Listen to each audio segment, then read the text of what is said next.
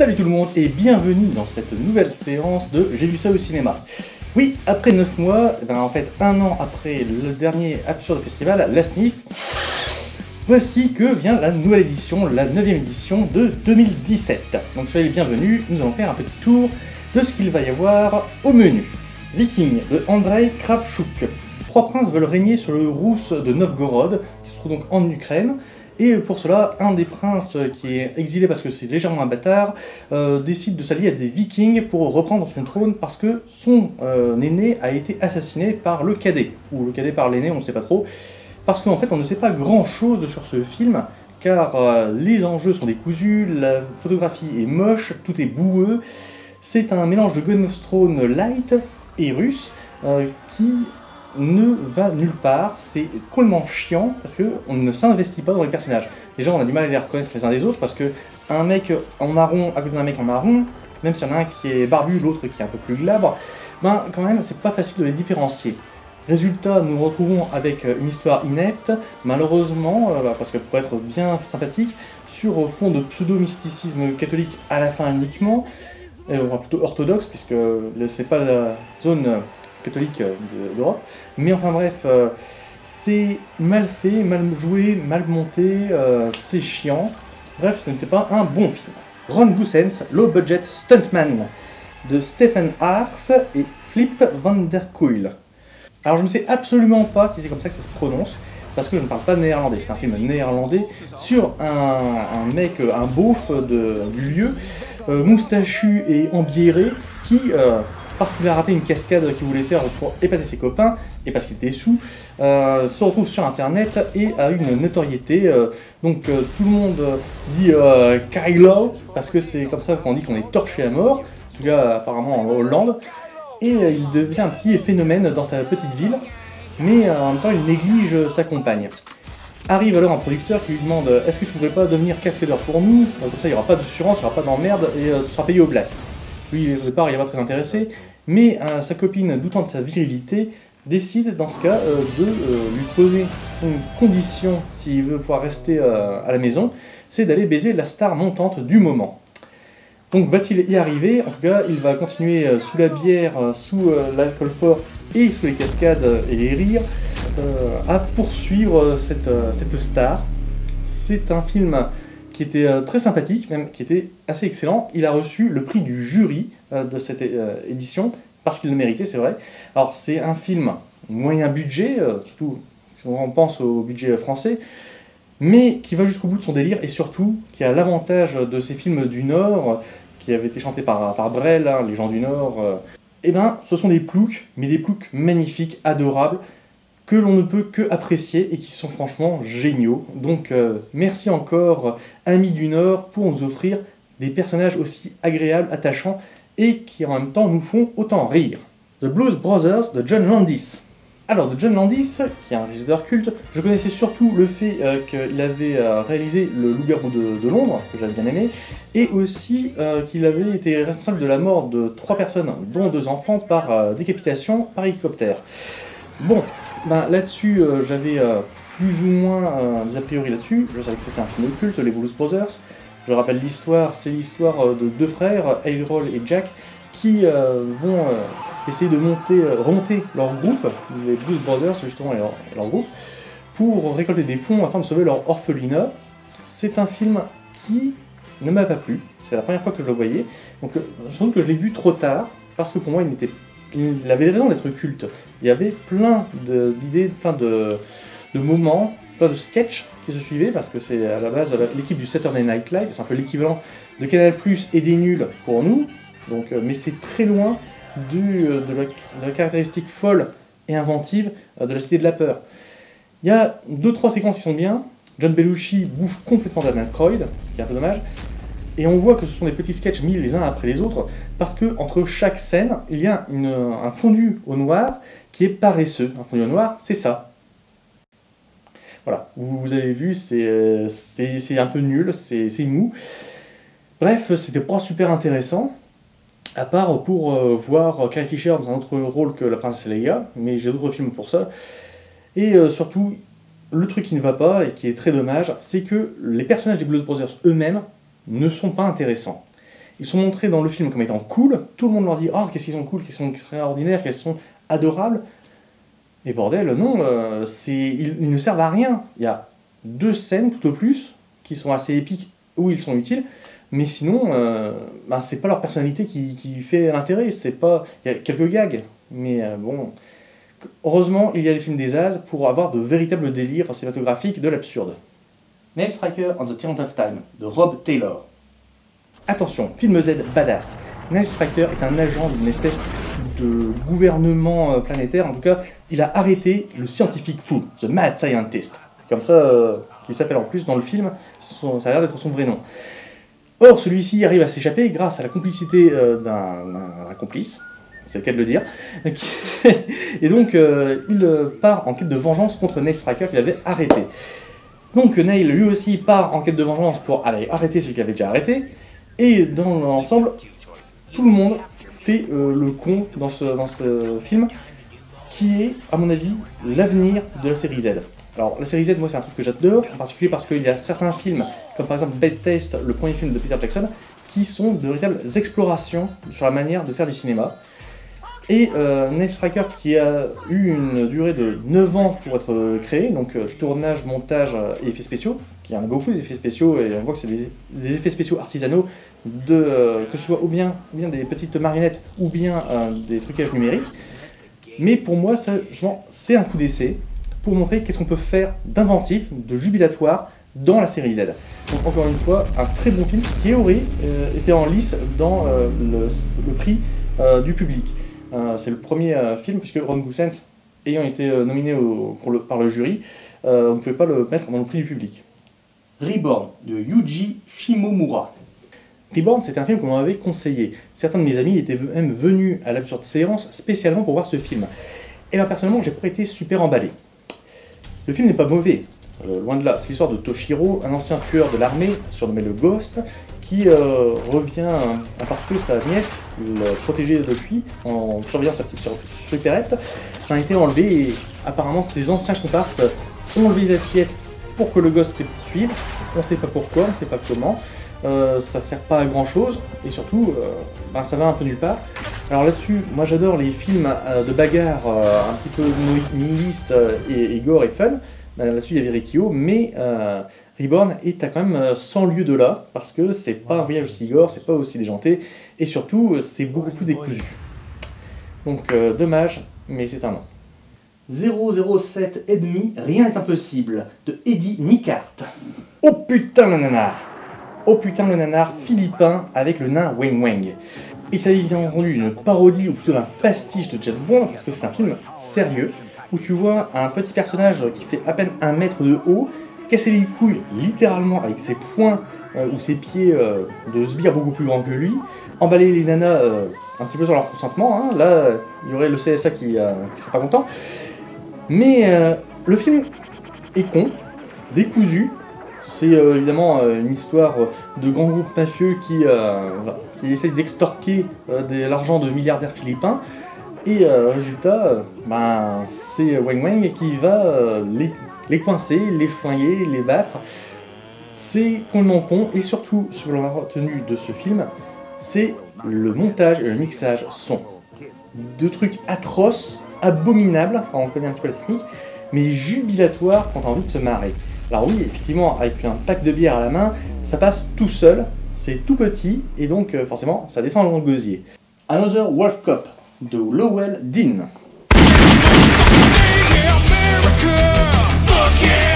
Oh oui, America, fuck yeah. Fuck yeah. Another Wolf Cop, comme le titre n'indique pas, c'est la suite de Wolf Cop. L'histoire d'un loup-garou qui est aussi flic et qui donc sauve le monde en pétant la gueule et en arrachant les membres des gens pas gentils. Bref, méchants, prenez garde, le Wolf Cop est derrière vous. Étant donné que c'est une suite, évidemment, certains gags ou certaines références faites à l'œuvre originale nous passent un petit peu par-dessus pour nous qui n'avons pas vu le premier film. Est-ce que pour autant le film est difficile à suivre? Non, pas du tout. C'est une comédie gore tout à fait potache et tout à fait agréable.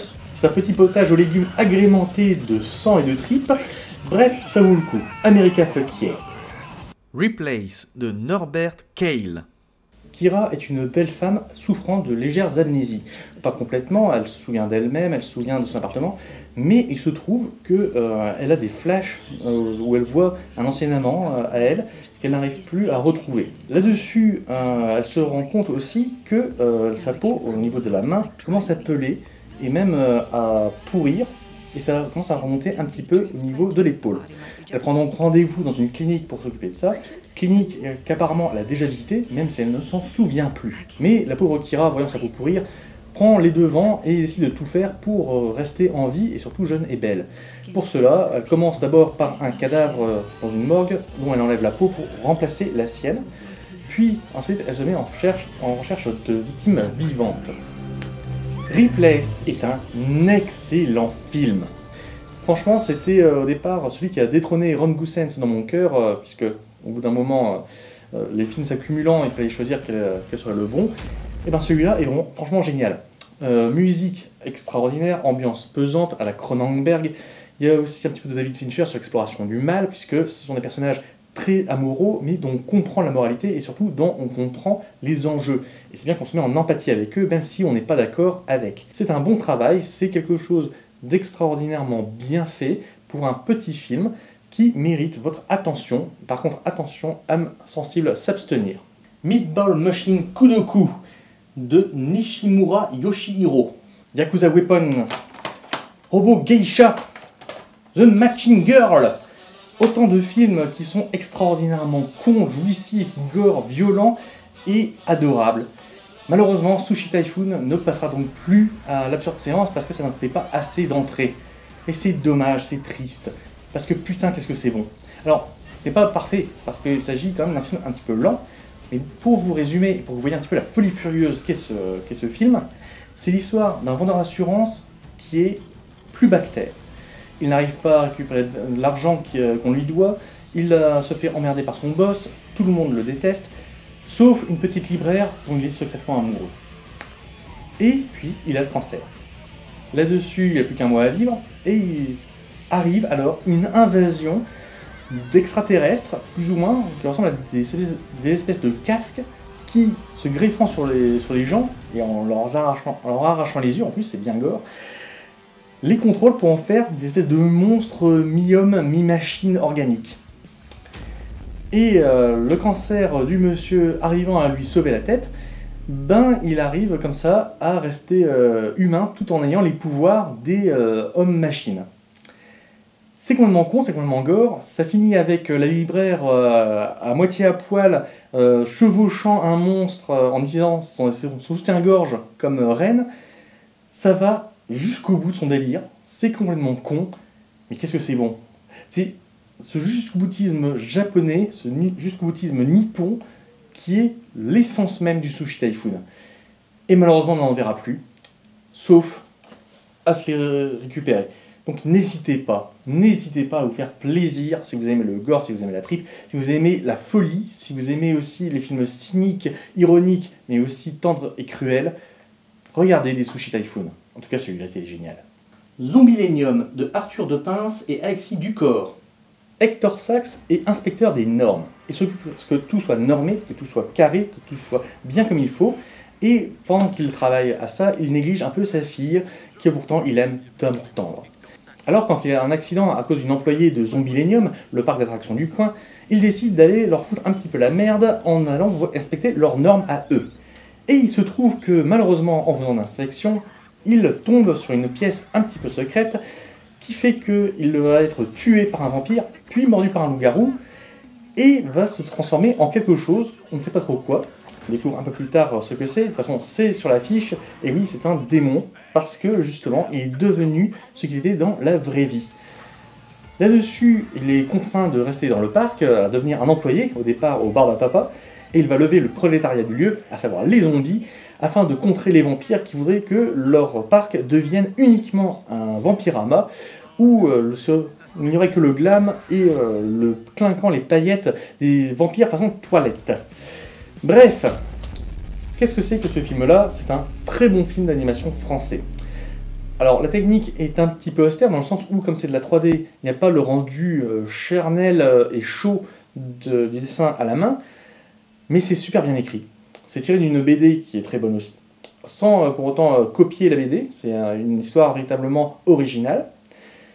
Les thèmes sont super bien faits, la musique est excellente, et le film sort le 18 octobre. Il faut savoir qu'il faut soutenir ce genre de film, parce que l'animation française est une des meilleures au monde. On forme des techniciens, des graphistes qui sont piqués par les États-Unis. Pixar, c'est à moitié fait de français. C'est dire à quel point on a un bon niveau. Donc, encore une fois, encourageons ce cinéma-là, parce que bordel, qu'est-ce que c'est beau d'avoir des films comme ça. Les Prédateurs de la nuit, de Jesus Franco. Un autre film néerlandais. Il s'agit ici d'un remake des Yeux sans visage de Georges Franju. C'est l'histoire donc d'un médecin et de son amante qui essayent de sauver le visage brûlé par l'acide de la sœur du médecin en question. Pour cela, ils kidnappent des jeunes filles pour leur enlever le visage et pour le greffer sur la sœur. Ça ne marche pas au départ, si bien que les femmes sont enlevées, et en particulier une femme, une jeune mannequin d'origine américaine, dont le père envoie un détective tout mou pour aller la chercher. Ça a été présenté comme étant le meilleur film de Jesus Franco. Auteur prolifique s'il en est, puisqu'il a réalisé plus de 150 films dans sa vie, c'est-à-dire qu'il turbinait à fond les ballons. Tous ces films ne sont pas bons, au contraire, il y en a même qui sont assez pourris, mais là, il a réussi quand même un film bien réalisé, bien pensé, assez chouette, avec une bonne direction d'acteur, même si on y avait Chris Mitchum dedans, c'est-à-dire le fils de Robert Mitchum, qui n'avait pas le talent de son père, hélas, mais qui s'en sort bien. Il y a Edmund Berger dans le rôle principal masculin, il y a Brigitte Lahaie, il y a Howard Vernon aussi, qui est un habitué de ce cinéma-là. Il s'agit d'une production Eurociné, c'est-à-dire le haut du bas du panier de la production française des années 70-80. C'est un bon film. Il mérite sa place sur Nanarland peut-être, mais en tout cas, on peut bien s'amuser à voir ce film gore, jouissif, poétique et décalé, avec de bons acteurs et surtout une bonne ambiance. Magical Girl Naona Reflection. Les choix des animés présentés à l'absurde séance ne sont pas toujours très heureux. Dernièrement, nous avions eu La fille qui pouvait parler aux étoiles, qui était très quelconque, malgré une technicité intéressante, puisque c'est l'usage de la 3D par ordinateur, agrémenté de dessins normalement faits à la main, avec le style d'animation japonaise. Ici c'est la même chose, c'est tiré d'un manga que je n'ai pas lu, donc je ne peux pas juger par rapport à l'œuvre originale. Mais en tant que film, qu'est-ce que ça vaut? Eh bien, c'est l'histoire de deux filles qui veulent sauver leur planète dans un monde parallèle. Et il y en a une qui s'enfuit pour aller vers la Terre pour récupérer de l'énergie ou un truc un peu spécial, parce qu'elle a été conseillée par une intelligence artificielle pour lui dire justement sur Terre il y a un tel cristal, ça pourrait sauver ta planète, etc. Bon, une fois arrivée sur Terre, la jeune fille est poursuivie par sa sœur et en même temps par les Magical Girls parce qu'elle commence directement à foutre la merde avec son intelligence artificielle. Elle capture des engins de chantier pour en faire des armes, elle détruit des ponts, alors qu'elle n'arrête pas de dire « Ah mais on veut être aidé, on a besoin d'aide !» Et les Magical Girls, qui sont donc les gardiennes de la Terre dans cette histoire-là, n'arrêtent pas de dire « Mais on va vous aider, venez avec nous, on va au QG, on va discuter !» Et résultat, non, elle continue à se foutre sur la gueule. Commencer à parler, bon sang, ça aurait été tellement bien d'avoir une véritable mission diplomatique dans un animé, mais en fait, non. Il faut vraiment que les auteurs d'animés soient du niveau de Yoshihiro Togashi, de Hunter x Hunter, pour arriver à faire des bons scénarios. Là, par contre, c'est plat. Et surtout, ce n'est pas aidé par le fait que la fin, je spoil sans problème, c'est un cliffhanger parce que c'est seulement une moitié d'histoire. En effet, il s'agit d'un OAV, Original Animation Video, à savoir donc un épisode plus long que la série d'origine, qui raconte en plusieurs parties une seule histoire. On s'arrête à un moment où l'intelligence artificielle, surprise, a trahi son ami pour réveiller, je sais pas trop quoi, un gars qui se fait appeler le roi avec ses servants, qui ne servent à rien, et un démon qui apparemment elle essaie de tuer. Et pourquoi est-ce qu'elle l'a pas laissé tranquille là où elle était prisonnier et pas foutre la merde? C'est parce que sinon il n'y a pas d'histoire, et le problème c'est qu'une histoire comme ça, on n'a pas vraiment franchement envie. Donc c'était dommage parce qu'en même temps on ne verra sans doute jamais la fin. Je doute, vu le prix que ça a coûté, qu'on reprenne la suite de cette histoire-là. Donc oui, un film un petit peu gâché. Et attention, voici le moment que vous attendez tous, La Nuit Fantastique. 4 films de 22h30 à 7h du mat. Oui, le retour de Chucky de Don Mancini. Ah, la série Chucky. 5 excellents films, une bouse infâme comme 6e film, et donc le 7e film, le retour de Chucky. Le retour de Chucky, déjà, ça a été écrit et réalisé par Don Mancini, qui avait écrit le premier film, donc c'est le papa véritablement de Chucky, l'histoire de la poupée tueuse en série, une poupée possédée par l'esprit de Charles Lee Ray, joué par Brad Dourif, qui est franchement excellent. C'est la suite directe du 6, dans le sens où la victime qui a survécu à Chucky dans l'épisode 6, eh bien, est internée pour être accusée d'être à l'origine de la tuerie de toute sa famille, même si c'est Chucky qui l'a fait. Évidemment, personne ne veut croire. Et de l'autre côté, Andy, l'homme qui était petit garçon dans le premier film, a toujours une tête de poupée, de Chucky, qui torture par sadisme et aussi pour se défaire de son cauchemar. Donc, Charles Lee Ray peut se mettre dans plusieurs poupées maintenant. Le titre original, c'est Cult of Chucky, donc la secte de Chucky, littéralement, parce qu'effectivement, il y a plusieurs Chucky. Par rapport au 6, c'est une remontée spectaculaire dans la qualité. Par contre, c'est un épisode moyen quand même par rapport à la totalité des Chucky. Le film vaut le coup, clairement, sauf pour un point, c'est Andy. Le personnage d'Andy prépare quelque chose de super badass. Quand on était dans la salle, moi et mes copains, on était en train de se dire « Oh là là, il est en train de préparer un truc ». Mais on devinait, on imaginait les choses, on avait des indices qui nous donnaient que ce serait un truc énorme. Ah putain, quelle déception. Andy pue la merde. Il est nul à chier. C'était horrible. Et c'était dommage, parce que sinon tout le reste était bon. Donc, abstraction faite d'Andy, le film se laisse voir, s'apprécie, et franchement, n'est pas mauvais du tout. Donc, est-ce une préparation pour une trilogie de Chucky qui vaudrait le coup? N'hésitons pas à dire pourquoi pas. The Villainess de Beong Jil-jeong. Une jeune femme, Suki, extermine un gang de mafieux sud-coréens. Dans une séquence en plan séquence magnifique, qui rappelle un petit peu Hardcore Henry, du moins dans une partie, puisqu'ensuite on quitte la vision subjective pour aller dans une vision troisième personne. Elle se fait capturer par la police et donc recrutée contre son gré par une agence façon Nikita. Là-dessus, étant enceinte, elle accouche dans l'agence, un peu plus tard, alors qu'elle est en train de faire sa formation, et elle est envoyée en tant qu'agent dormant dans la société, où elle s'intègre très très bien. Puis arrive le moment où, justement, son envie de vengeance, qui avait motivé la première extermination, se remet en branle quand sa fille est enlevée. Je n'en dis pas plus. C'est un excellent film, c'est le film qui a remporté le prix du public, et il l'a mérité. Les films sud-coréens sont dans un véritable boom, parce qu'ils sont d'une excellence technique franchement indiscutable.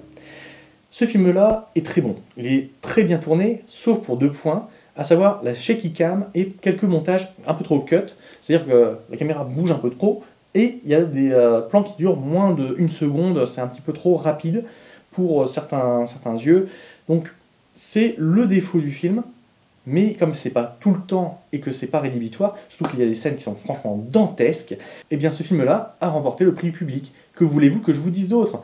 N'hésitez pas à aller le voir, c'est un film qui n'est pas trop gore, qui est un petit peu quand même, mais surtout qui est très intéressant, très attachant, très bien fait. Bref, encore une fois, une réussite du cinéma sud-coréen, on ne peut qu'attendre la suite. 68 Kills de Trent Aaga. Ceci est l'histoire d'une lopette et d'une cinglée.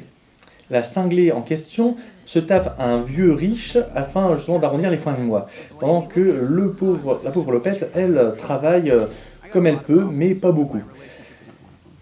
Alors que justement le Sugar Daddy montre son coffre-fort où il y a 68 000 $, et la combinaison qui va à la cinglée, celle-ci arrive à convaincre son compagnon d'aller cambrioler en disant « il n'y aura pas de mort ». Dès qu'elle entre dans la maison, quasiment, elle commence le massacre. Elle tue le Sugar Daddy et la femme de celui-ci, et essaye de tuer aussi l'esclave de maison, à savoir une jeune fille noire, qui finalement finit dans le coffre du couple meurtrier. Évidemment, la Lopette, elle, est en crise et se demande quoi faire parce qu'elle n'a pas envie de tuer, elle n'a pas envie d'essayer de le mettre, elle n'a pas envie de le commettre. Et bien, malheureusement, un petit peu à la manière de Justine de Sade, à force d'être vertueux, il n'arrive que des emmerdes parce qu'il ne croise que des dégénérés, y compris la fille qu'ils mettent dans leur coffre. C'est assez dingue de voir un film aussi radical et subversif sur le rêve américain. On a d'un côté souvent le héros, anti-héros, plein de vertus mais faible, et les cinglés qui, eux, ont tous les pouvoirs parce qu'ils ne se donnent absolument aucune limite. C'est excellent. Là-dessus, je ne peux que vous le conseiller. Par contre, attention, c'est gore, c'est malsain, c'est violent, mais ça vaut le coup parce que c'est une satire furieuse et joyeuse de l'Amérique des années 2010. Elitosis de Rob Mulligan 3. Si c'était pour en arriver là, autant s'arrêter à Rob Mulligan 1, c'était pas la peine. Traditionnellement, l'absurde séance termine sa nuit fantastique avec une merde, et jamais le terme n'a été aussi approprié. Pas seulement au niveau de la qualité du film, mais parce que tout tourne autour du caca. En effet, c'est l'histoire de 5 personnes, 3 acheteurs et 2 vendeurs, qui essayent de vendre une maison. Enfin, il y en a qui essaient d'acheter, il y en a qui essaient de vendre. Encore que la vente est difficile, puisque l'endroit pue la merde et est une véritable décharge. Pourquoi ça pue la merde?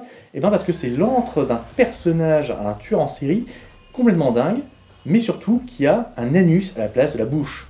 Et quand je dis anus, c'est pas seulement parce que ça ressemble à un anus avec 2 grosses joues et qu'il parle en pétant, mais c'est aussi parce que c'est de la merde qui en sort tout le temps. C'est un film qui a un gros défaut, à part son pitch de base, qui est ce qu'il est. Après tout, c'est une production qui essaie de rendre hommage aux productions Troma. Il y a Lloyd Kaufman, le président de Troma, qui est encore dedans. Mais ce film a comme défaut de n'avoir qu'un seul décor, une maison. Il y a de très bons films qui ont été faits comme ça. Mais là, on a 5-6 pièces dans lesquelles les personnages bougent, la caméra les suit, et le problème, c'est que ça les suit pour rien faire. On va là, on va là, on va là, on va là, on retourne là, va, lit, hop, hop, gauche, droite, et ça ne sert à rien. Si bien qu'en fait, on voit des crétins qui ne font rien dans un film qui n'avance pas. Puis arrivent enfin les meurtres, et ça c'est pas un peu tard. Le film ne dure que 1h10, mais on a vraiment l'impression qu'il dure 2 heures, voire même 3. La famille Addams de Barry Sonnenfeld. Classique. Comme les Blues Brothers, il s'agit d'un film culte des années 80, sauf que celui-là, franchement, est encore intemporel. La critique de la société qui est faite par Barry Sonnenfeld dans l'histoire de cette famille Addams, une famille complètement fonctionnelle tout en étant hors norme totale par rapport à leurs voisins, est excellent. C'est un film d'humour noir tiré de la bande dessinée de Charles Addams. C'est un film qui n'a pas vieilli, même si les effets sont encore bien visibles pour la chose en particulier, qui est juste une main animée. C'est un film avec Raul Julia, Angelica Houston, Christina Ricci, Christopher Lloyd, de très grands noms. C'est extraordinaire. Donc c'est l'histoire, évidemment, vous l'avez sans doute vu, sans doute entendu parler en tout cas, l'histoire donc de la famille Addams qui a perdu l'oncle fétide, et celui-ci est retrouvé. Exactement, en fait, il s'agit d'un voleur qui se fait passer pour lui afin d'extorquer la famille de leur or. Et il se trouve que ce film est génial. Je ne peux que vous le conseiller, c'est un film excellent qui n'a pas vieilli. Donc n'hésitez pas, foncez-y. Kung Fu Yoga de Stanley Tong. Mais quelle claque! Contribution sino-indienne au cinéma pour faire barrage à Hollywood. C'est un film sur l'amitié entre l'Inde et la Chine. 2 grandes puissances, 2 puissances culturelles aussi, avec d'excellents films produits d'un côté et de l'autre. Et là, ils ont essayé de se réunir, parce que même dans le film, dans le scénario, c'est indiqué que justement, il y a ce rapprochement sino-indien pour faire contrepoids à Hollywood. C'est l'histoire de la superstar Jackie Chan, qui incarne le professeur Jack Chan, un des meilleurs archéologues de Chine, qui va faire équipe avec une équipe indienne, afin de retrouver un trésor diplomatique qui avait été envoyé pendant le Moyen-Âge de l'Inde à la Chine, donc une mission diplomatique afin de faire un échange culturel et un échange commercial, qui malheureusement s'est perdu dans les montagnes de l'Himalaya. Le professeur et son équipe, donc sino-indienne, arrivent à retrouver le trésor, et en particulier un diamant de grande valeur, mais celui-ci est volé et se retrouve aux enchères à Dubaï. Je n'en dis pas plus, ce film est génial. Ce film est une quintessence du cinéma d'action chinois et du cinéma populaire indien. C'est un partenariat excellent. Donc on sent que c'est une mission diplomatique aussi ce film, depuis sa racine, depuis son scénario jusqu'à sa réalisation. Donc ça passe de Chine à Dubaï, puis ensuite en Inde. C'est un déluge d'action, de combat, de comédie aussi, avec un Jackie Chan malheureusement au visage trop figé par la chirurgie esthétique, mais quand même qui reste aussi excellent que possible, malgré son âge qui commence à devenir un petit peu important sur ses épaules. Bref, si vous avez l'occasion de voir Kung Fu Yoga, n'hésitez pas. Celui-là, c'est un film pour toute la famille et pour montrer qu'on peut faire de grands films, de grands blockbusters, sans passer forcément par la moulinette hollywoodienne. Donc, allez, petite guerre culturelle, ça fera pas de mal. La mise à mort du cerf sacré de Yorgos Lanthimos.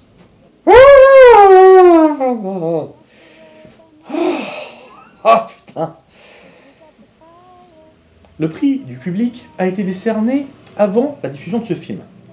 Parmi les autres membres qui ont choisi quel serait le prix du public, eh bien, il y avait un jeune homme qui disait « Oh mais ce film-là a été réalisé par celui qui a réalisé The Lobster, un film des années de 2016, de 2015, qui avait fait grand bruit parce qu'il était très spécial et qui personnellement m'avait laissé aussi froid que sa réalisation. » Bref, ce jeune homme disait « Ah ben on n'a qu'à donner le prix du public à ce film qui n'est pas encore passé. » Parce que justement il a fait un bon film avant, donc forcément il va faire un bon film, etc. Ce film est à chier. Alors, pas complètement. Esthétiquement, il est magnifique. Ok, là très bien, il sait faire des plans, il sait faire une ambiance et tout ça. Mais putain, que ce film, je me suis endormi 2 fois. Je me suis endormi 2 fois dans ce film. Alors, pas complètement, hein, je suivais toujours. Et puis de toute façon, je risquais pas de perdre grand chose, vu la lenteur et le côté glacial de ce truc. C'est l'histoire d'un médecin qui a une relation très bizarre avec un jeune homme pendant une demi-heure. Alors que le jeune homme est connu de la famille et même accepté. Moi je me disais, mais en fait, le médecin l'a comme amant et c'est accepté en tant que trouble par le reste de la famille, à savoir la femme du médecin et leurs 2 enfants. En fait non, il s'agit du fils d'un des patients du médecin que le médecin a tué par erreur médicale et qui, après 1 heure au moins de film, lance enfin l'enjeu, à savoir que le médecin va devoir tuer un membre de sa famille, sinon les 3 vont mourir à partir d'une paralysie de leur corps. On ne sait pas pourquoi c'est venu, on ne sait pas comment c'est possible, alors que le film nous dit que justement il va y avoir révélation comment est-ce que ça a été fait. C'est une question aussi sur la place de Dieu, la place du hasard, la place du destin, de la fatalité, le devoir, le repentir et aussi la purification, donc la mise à mort du cerf sacré, ok, on a compris. Mais putain de merde, il dure 2 heures, juste 2 heures, et au bout d'1 heure et demie, où enfin commencent les tractations des personnages pour essayer d'échapper à leur sort, ce qui est une des étapes du deuil, normalement, justement le marchandage avec Dieu, ah si je suis gentil, tu me ramènes ma famille, etc.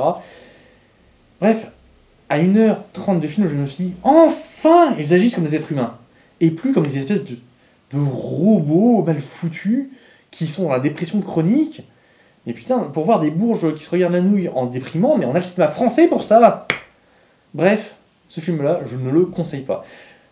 Je ne pourrais pas le revoir en entier, c'est au-dessus de mes forces. Par contre, je pourrais revoir certaines scènes, certaines images, parce qu'effectivement, comme je l'ai dit, le film est magnifique, il est bien fait, excellente réalisation au niveau des plans, excellente réalisation au niveau de la direction de la photographie, et pour ce qui est des personnages, donc au niveau de l'écriture, au niveau de la rythmique, au niveau de la symbolique, c'est pompeux. Bref, et en conclusion, que penser de cet Absurde Festival, de cet ASNIF 2017? Eh bien, contrairement à l'année 2016, il n'y a pas autant d'excellents films dans cette cuvée, même s'il y en a beaucoup. Il y a de bons films aussi, il y a des merdes incommensurables, mais là aussi, c'est un peu dommage, ça se termine sur un film qui aurait pu être bon, qui aurait dû être bon, et qui est en fait chiant. Ça n'empêche pas que dans 2 semaines, je reviendrai pour voir Carrie au bal du diable sur le grand écran. Oui, ça vaut le coup d'aller à l'absurde séance. Wouh!